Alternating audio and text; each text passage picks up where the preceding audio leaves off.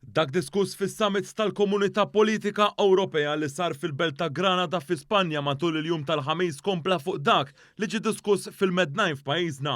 Sostna dan il-Prim Ministru Robert Abela f'kummenti mal-medja wara l-intemm dan is-summit. It-temi li ddiskutejna komplew jibnu fuq dak li ddiskutejna f'Malta ġimgħa l-għaddiet fil-kuntest tal-Med9.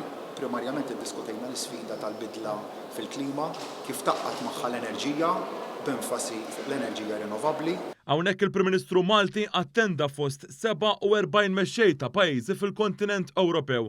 L-ewwel laqgħa tal-Komunità Politika Ewropea kienet saret fir-Repubblika Ċeka sena ilu u t-tieni laqgħa saret f'Mejju li għadda fil-Moldova.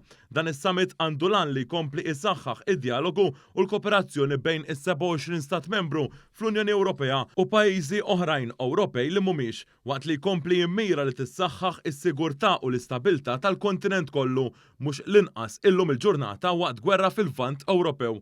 Dr. Abela sostna li dwar is-suġġett tal-enerġija pajjiżna qed jeleb din l-isfida billi se jkun qed jagħmel turbini ta' riħ fuq il-baħar li jipproduċu b'enerġija rinnovabbli. Il-Prim Ministru tkellem ukoll dwar il-ftehim li sar mal-Libja biex ikun hemm konnessjoni ta' enerġija rinnovabbli bejn pajjiżna u dan il-pajjiż ġar tagħna.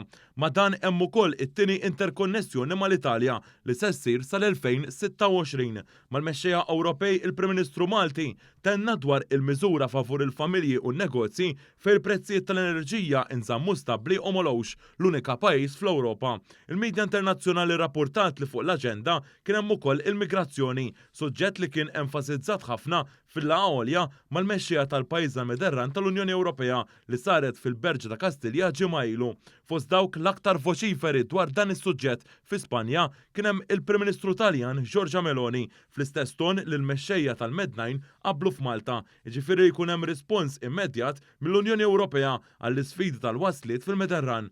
Preżenti għas-summit kien hemm ukoll President Ukren Volodymyr Zelensky li tenna li jekk ir-Russja tirbaħ l-Ukrajna din tispiċċa tattakka pajjiżi oħrajn Ewropej flimkien mal-President tal-Kummissjoni Ewropea Ursula von der Leyen u President tal-Kunsill Ewropew Charles Michel. Sa dan it-tant il-ġimgħa fi Granada se ssir il-laqgħa informali bel-mexxejja tal-Unjoni Ewropea li fiha se jitrattaw l-isfidi li għandhom qudiemhom inkluża il-migrazzjoni kif ukoll iż-żieda ta' pajjiżi ġodda fl-Unjoni Ewropea u l-qalba ekoloġika u diġitali. Dan is-summit fejn qed jattendi il-Prim Ministru Malti se jkun qed isir qabel il-laqgħat formali bel-mexxejja aktar tard dan ix-xahar u f'Diċembru li ġej.